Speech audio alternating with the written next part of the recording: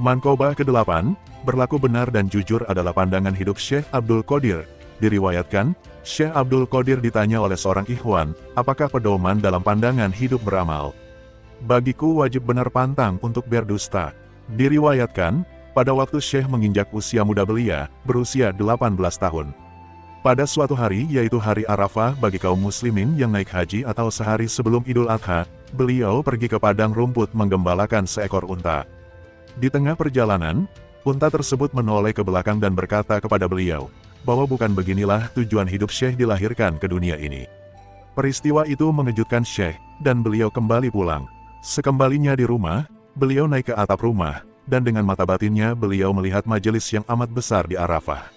Setelah itu, Syekh memohon kepada ibunya agar supaya bisa membaktikan dirinya kepada Allah, serta mengirimkannya untuk pergi ke Baghdad untuk meneruskan pelajarannya. Seperti telah diketahui oleh umum, pada waktu itu Baghdadlah sebagai pusat kota ilmu yang terkenal oleh seluruh kaum muslimin dan didatangi oleh para pemuda, para siswa dari seluruh penjuru dunia Islam. Syekh Abdul Qadir berkeinginan keras untuk menambah ilmu dan meningkatkan kerohaniannya dalam bergaul dengan para wali lainnya beserta orang-orang suci di Baghdad. Kecintaan ibunya, rumah dan tempat kelahirannya, perjalanan yang sukar dan berbahaya serta jauh, lagi pula akan berdiam di suatu tempat di mana tidak ada teman dan sanak famili. Itu semua bagi Syekh tidak menjadikan halangan atau mengurungkan niatnya untuk mencari tambahan ilmunya.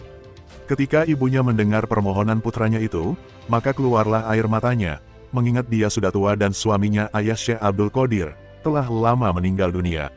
Maka timbullah pertanyaan dalam hatinya, apakah dia akan dapat bertemu kembali dengan putranya yang ia cintai, yang ia didik dengan kasih mesra itu. Akan tetapi karena ibunya itu adalah seorang wanita yang bersih hati dan selalu taat kepada Allah, maka dia tidak menghalangi kehendak putranya untuk berbakti kepada Allah dengan kebaktian yang sebesar-besarnya.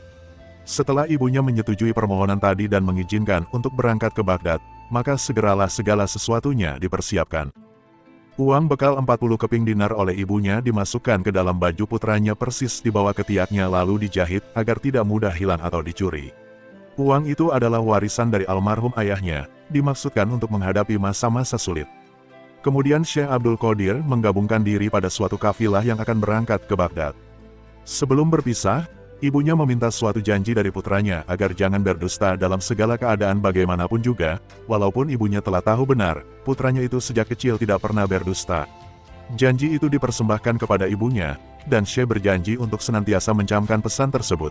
Kemudian berpisahlah ibu dengan anak tersebut, kedua-duanya berpisah dengan hati yang amat berat. Setelah beberapa hari kafilah berangkat, dan Syekh Abdul Qadir turut pula di dalamnya berjalan dengan selamat, maka tatkala